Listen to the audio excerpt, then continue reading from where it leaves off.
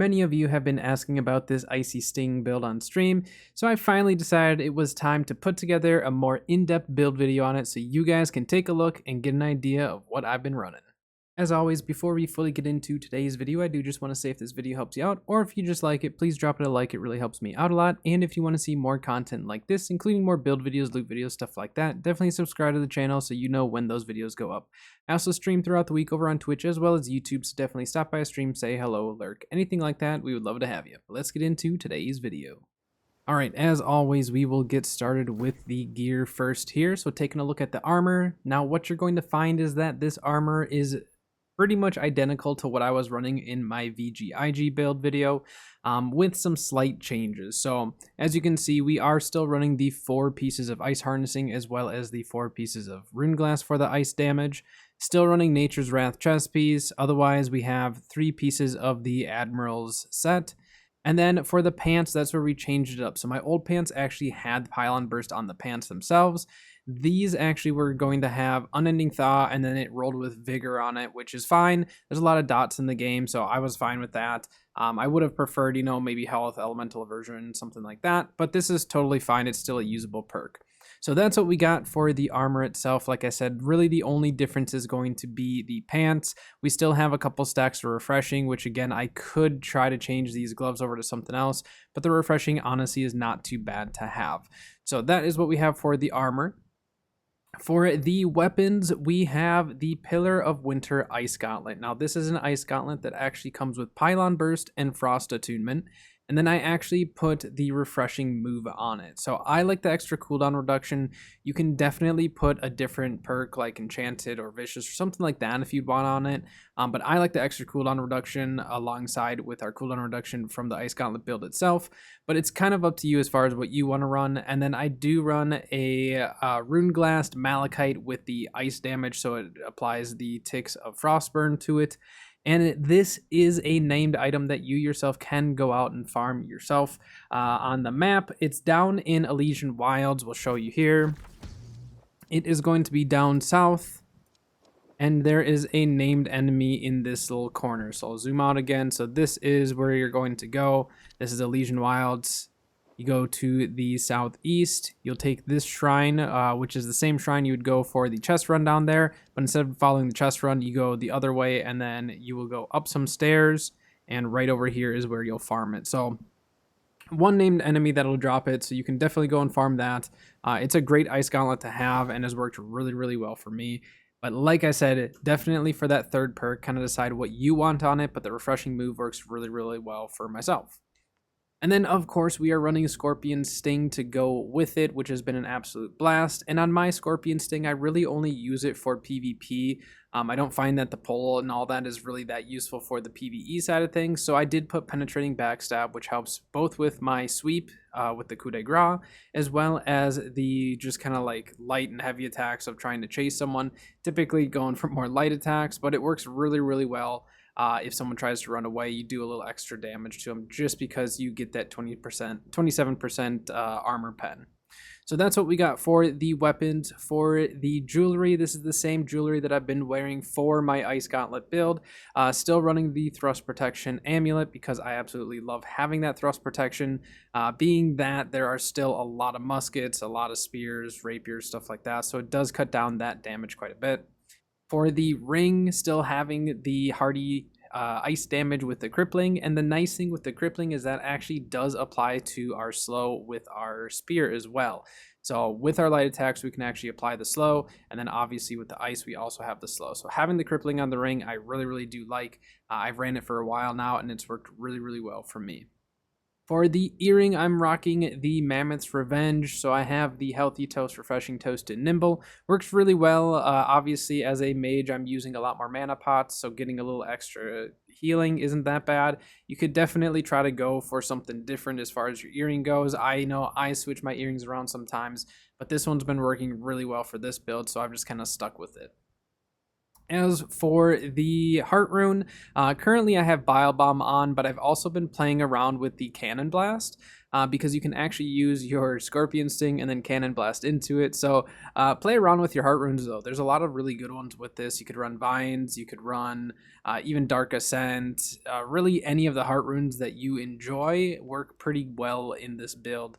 You could even go Stone Form just for some more survivability, but this is what I've been enjoying, either Bile Bomb or Cannon Blast. So it's kind of up to you though, and just kind of decide what works best for you and your playstyle. But next, let's go take a look over at the attributes, and then we'll get into the mastery. Okay, so taking a look over at the attributes, you can see we are still running 200 con. I find that that is the most balanced for myself. Obviously, you may find that 150 works for you. Typically, I'm not going to recommend too much more than 200 though, just because then you start taking away from some of your damage.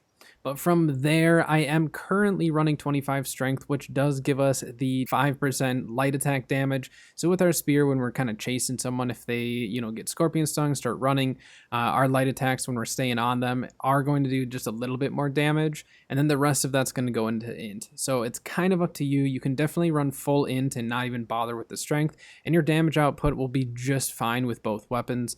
But honestly, by going with the 25 strength, you're not losing a whole lot of damage out of your Ice Gauntlet. So it's totally up to you how you want to run it. But I am running the 25 strength currently, and it seems to be working well for me. From there, I do take an int food. I usually will take a 40 or 44 int food. So depending on what food you have available, you might have to tweak some of your attributes to work around that. But I just use kind of the cheaper 40 or 44 int food, and it works really well for me. But that is the attributes that I've been running. So next, let's take a look over at the mastery for the weapons. All right, so to get us started on the mastery, we'll first take a look at the Ice Gauntlet. Now, this is my go-to build whenever I'm running Pylon. I don't really change it up. If I have Pylon equipped, this is what I will have on it. So as you can see on the Ice Tempest side, I do like a lot of the passive perks. So we get, increased damage if they're 15 meters away. We get the extra crit damage if our stam is full. So if we're not dodging as much, we can actually get a little extra damage out of our crits. We have the increased crit chance when hitting an enemy in a frosted area or when hitting an enemy with frostbite. So that's with our Ice Storm, Ice Shower, anything like that. We're getting the extra crit chance. And then if we're not dodging as much, we get the extra crit damage as well. And then from there, we also have the heavy freeze, so we're getting the roots as long as they're essentially in our Ice Storm or anything like that. And then we have the unending thaw in our pants, so we can do the roots, and it is really, really nice because you can actually root them and then potentially have time to switch over and just kind of line up your javelin, have a little extra time just to get that javelin easier. As you can see on the builder side, we ended up going with the Refreshing Frost. This is probably one of my favorite perks to have on Ice Gauntlet if I'm running Pylon. Mainly because in the frosted area, we get to actually have this giant frosted area at the bottom here. So it's a 5-meter radius, so a 10-meter diameter frosted area. And as long as we're in there, we get that 20% cooldown whenever we're casting the abilities. So it's really nice to be able to use Ice Showers and Ice Storms when we're standing in our Ice Pylon frosted area. So that is a perk that if I'm running Pylon, I will always have it. Now, if you find that the cooldown reduction isn't helping you as much, you could definitely go with like Defiant Freeze, try to get the Fortify. But I find that the refreshing with the cooldown is just super nice to have, and that is my go-to. But like I said, this is my just like go-to build overall. It works really, really well for me if I'm running Pylon, so totally up to you. If you want to change some perks around, let me know, because I know some people prefer like running Entomb or something like that, so totally up to you how you want to run it. But for my build, I really like it. We can do an Ice Shower, Pylon, Ice Storm, Scorpion Sting someone into all of it, and then they kind of have to decide what they want to do, if they want to leave, all the ice or stay in it. It can cause a lot of confusion for people because they don't really know exactly where to go with it. So that is what works for me. Next, we'll take a look over at the spear. And with the spear build, you can definitely shake this up a bit. So obviously, since we're running Scorpion Sting, we have to have Javelin. I do like running all the way to the bottom of the perks, so then we do extra damage per meter traveled, because you can get quite a bit of damage out of it. You can really chuck those and get a decent amount of damage when you hit someone, plus it yanks them back. and you can apply that rend with it, so it works really well. I always like running sweep with the coup de grace, and then we also run the merciless strength, so we do 25% increased damage against knockdown targets, plus we have the armor pen whenever we're hitting someone from the back. So it works extremely well with the particular way that I have my Scorpion Sting. From there, a lot of what I'm going to have is an Impaler side. I like to run Vault Kick because we can get the cooldown reduction, and it's a massive cooldown reduction, especially when you pair it with the aggressive maneuvers, so you can actually dodge into a Vault Kick and get a massive cooldown on your abilities, and that will work on the Javelin. So keep in mind that with Scorpion Sting, your Javelin cooldown is significantly longer, so having more cooldown reduction on it is really, really nice. And then we do work pretty much all the perks outside of the exposed wounds because we're not running a bleed build, and I don't really care about having a bleed build for this. So I don't really run the extra crit chance against bleeding targets, but I did want to get down to the exploited weakness. So we're doing 10% bonus damage for each debuff on the target. Does not need to be a spear debuff, just any debuff, which again, if we're pulling them into the ice, they will be debuffed, and then we can apply more debuffs to them. So essentially just getting more damage stacked.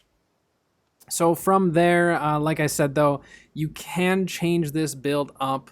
It's up to you. You don't need to run Vault Kick or Sweep, depending on how you want to run it. I do think that Javelin into Perforate's also really good, even a Skewer or Cyclone. So it's a pretty versatile build depending on how you want to run it. But I do highly recommend running the Exploited Weakness just because it's extra damage that you can stack with your Nature's Wrath since you're not utilizing the empowerments like you would on a different build.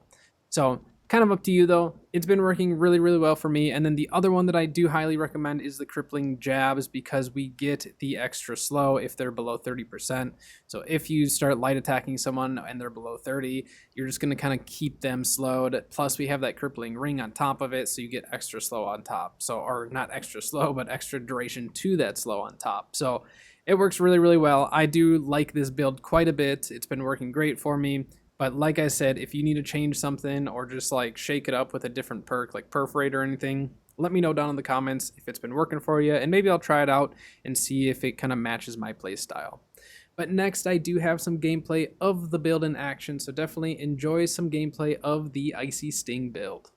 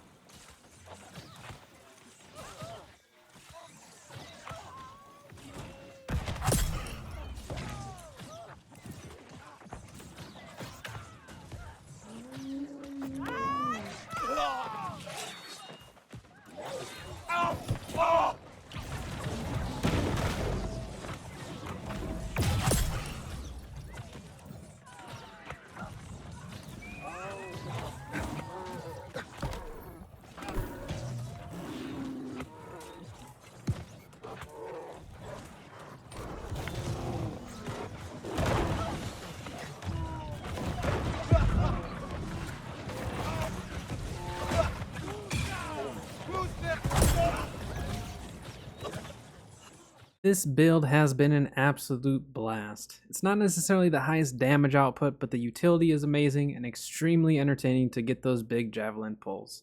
I hope this build is as fun for you as it is for me, but that is going to do it for today's video, so until next time, I'll see you guys later.